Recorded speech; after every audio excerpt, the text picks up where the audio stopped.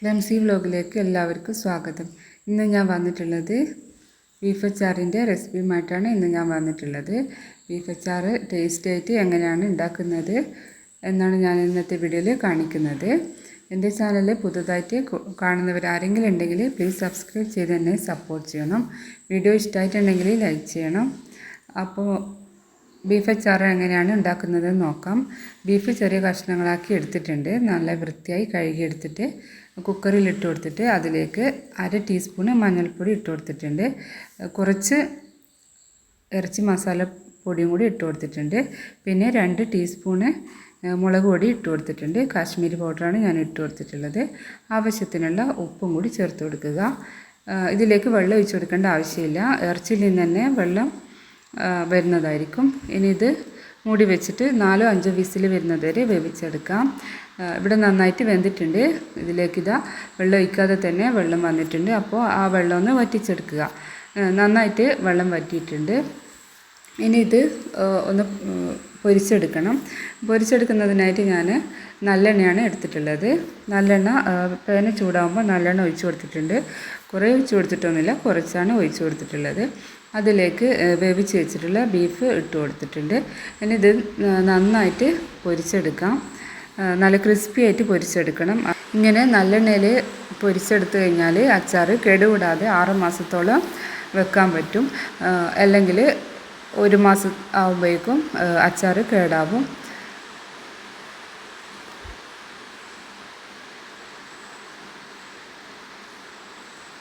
എണ്ണയിൽ ഇട്ട് കൊടുത്ത ബീഫ് ഇവിടെ ആവുന്നുണ്ട്. നന്നായിട്ട് ഇത് ഇങ്ങനെ ഇളക്കി കൊടുക്കാം. മുരിഞ്ഞ് കിട്ടണം ഈ ബീഫ്. നല്ല ടേസ്റ്റി ആയിട്ടുള്ള അച്ചാറാണിത്. ബീഫ് അച്ചാർ നെയ്ച്ചോറിൻ്റെ കൂടെ, ബിരിയാണീൻ്റെ കൂടെയും ചോറിൻ്റെ കൂടെയൊക്കെ കഴിക്കാൻ പറ്റിയൊരു അച്ചാറാണിത്. ഈ ബീഫ് ഇവിടെ മുരിഞ്ഞ് വരുന്നുണ്ട്.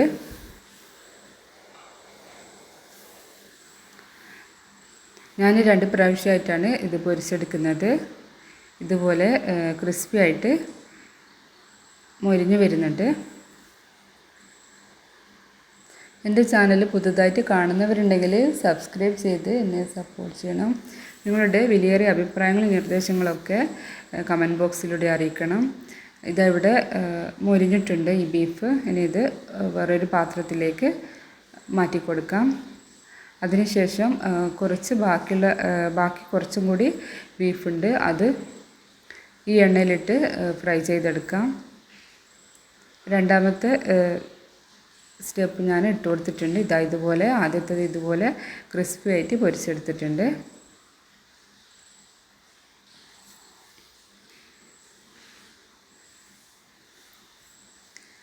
ബീഫിടെ മൊരിഞ്ഞ് കിട്ടിയിട്ടുണ്ട്. ഇതിലേക്ക് ആവശ്യത്തിനുള്ള കുറച്ച് ഇഞ്ചി എടുക്കാം. ഇഞ്ചി ഞാനൊരു വലിയ കഷ്ണം എടുത്തിട്ടുണ്ട്. ചെറിയ കഷ്ണങ്ങളാക്കി അരിഞ്ഞെടുത്തിട്ടുണ്ട്. കുറച്ച് വെളുത്തുള്ളി എടുത്തിട്ടുണ്ട്. ഇഞ്ചിയും വെളുത്തുള്ളിയും കുറച്ചധികം എടുത്തു കഴിഞ്ഞാലും നല്ല ടേസ്റ്റ് ആയിരിക്കും ഈ അച്ചാറിന്. അപ്പോൾ അത് രണ്ടും കുറച്ച് കൂടുതൽ എടുക്കാൻ ശ്രമിക്കണം. ഞാൻ 4 പച്ചമുളക് എടുത്തിട്ടുണ്ട്. കുറച്ച് കറിവേപ്പിലയും കൂടി എടുത്തിട്ടുണ്ട്. ചീനച്ചട്ടി അടുപ്പത്ത് വെച്ചിട്ടുണ്ട്. അപ്പോൾ ചീനച്ചട്ടി ചൂടായപ്പോൾ നല്ലെണ്ണയാണ് ഒഴിച്ച് കൊടുത്തിട്ടുള്ളത്. നല്ലെണ്ണ ചൂടായപ്പോൾ കുറച്ച് കടുക് ഇട്ട് കൊടുത്തിട്ടുണ്ട്. കടുക് പൊട്ടി വന്നപ്പോൾ ഉലുവ ചേർത്ത് കൊടുത്തിട്ടുണ്ട്.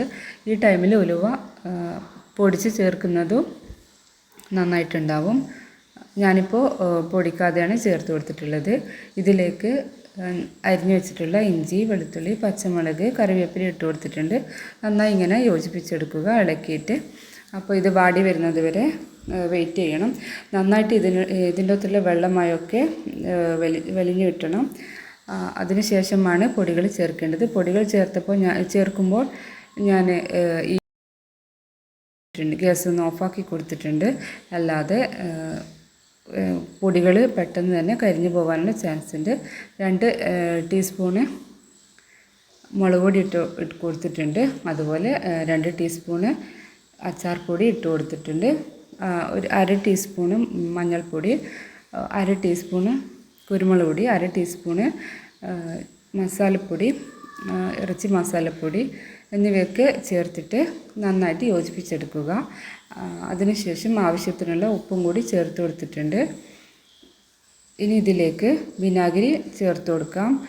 വിനാഗിരി കുറച്ച് ചേർത്ത് കൊടുത്തിട്ടുണ്ട്. പുളി അധികം ആവശ്യമുള്ളവർ കുറച്ചധികം ചേർത്ത് കൊടുക്കാം. ഞാനിപ്പോൾ കുറച്ച് വിനാഗിരി ഒഴിച്ചു കൊടുത്തിട്ടുള്ളൂ. ഇത് നന്നായിട്ട് യോജിപ്പിച്ചെടുക്കുക. ഇതിലേക്ക് ഈ ടൈമിൽ കായപ്പൊടി ചേർത്ത് കൊടുക്കാം. അതിനുശേഷം പൊരിച്ച് വെച്ചിട്ടുള്ള ബീഫ് ഇതിലേക്ക് ഇട്ടിട്ട് നന്നായിട്ട് യോജിപ്പിച്ചെടുക്കുക. ഈ ടൈമിൽ എരിവും ഉപ്പും നോക്കി വേണം എന്നുണ്ടെങ്കിൽ ഉപ്പ് ചേർത്ത് കൊടുക്കാം. എരിവ് വേണമെന്നുണ്ടെങ്കിൽ ഈ ടൈമിൽ കുരുമുളക് പൊടി കുറച്ച് ചേർത്ത് കൊടുക്കാം.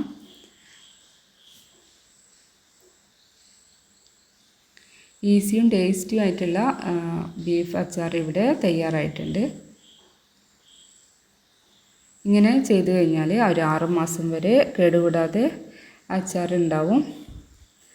വെളിച്ചെണ്ണയിൽ ചെയ്യുന്നതാണെങ്കിൽ 1 മാസം ആകുമ്പോഴേക്കും അത് ടേസ്റ്റ് വ്യത്യാസം വരും. നല്ല ടേസ്റ്റി ആയിട്ടുള്ള ബീഫ് അച്ചാർ ഇവിടെ ആയിട്ടുണ്ട്. ഇങ്ങനെ ട്രൈ ചെയ്തിട്ടില്ലെങ്കിൽ ഇങ്ങനെ ഒന്ന് എല്ലാവരും ഉണ്ടാക്കി നോക്കണം.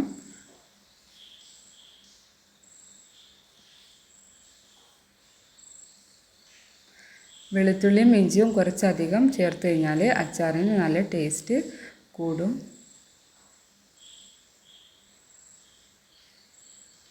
നിങ്ങൾ എൻ്റെ വീഡിയോ കണ്ടിട്ട് ഇഷ്ടമായിട്ടുണ്ടെങ്കിൽ ലൈക്ക് ചെയ്യണം. നിങ്ങളുടെ അഭിപ്രായങ്ങളും നിർദ്ദേശങ്ങളൊക്കെ കമൻറ്റ് ബോക്സിലൂടെ അറിയിക്കണം. ടേസ്റ്റിയും ഈസിയുമായിട്ടുള്ള ബീഫ് അച്ചാർ ഇവിടെ ആയിട്ടുണ്ട്.